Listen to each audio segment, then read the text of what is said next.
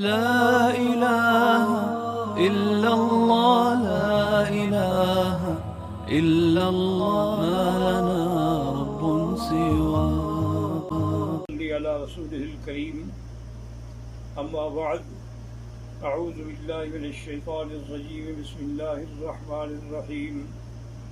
وبشر الصابرین الذین اذا اصابتهم مصیبۃ قالوا انا للہ وانا الیہ راجعون.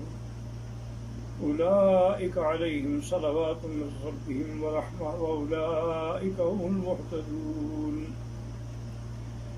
قال النبي صلى الله عليه وسلم: ما نزل بلاء إلا بذنب وما رفعت إلا بتوبة، أو كما قال النبي صلى الله عليه وعلى آله وأصحابه وسلم تسليما كثيرا. برادران اسلام، میں سرزمین حرم سے آپ کی خدمت میں ایک پیغام اور ایک ندا پیش کرنا چاہتا ہوں. دوسری بات جو حضور پاک نے فرمائی وہ یہ ہے کہ کوئی بھی بلا، کوئی بھی عذاب جو ہے وہ ایسے نازل نہیں ہوتا مگر ہمارے گناہوں کی وجہ سے. تو جب ایک گناہ انفرادی ہوتا ہے اور ایک گناہ اجتماعی ہوتا ہے کہ جب دنیا کے اکثر لوگ جو ہے وہ فحاشی میں اور یعنی میں بے حیائی میں مبتلا ہو جائیں تو پھر اس قسم کے عذاب بھی عمومی آتے ہیں.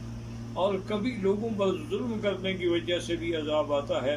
اب آپ دیکھ لیں کہ ہم نے کشمیریوں کو 8 مہینے یا 9 مہینے سے لاک ڈاؤن کیا، اللہ نے پوری دنیا کو لاک ڈاؤن کر دیا ہے، تو اب آپ اس کا کیا حل کر سکتے ہیں؟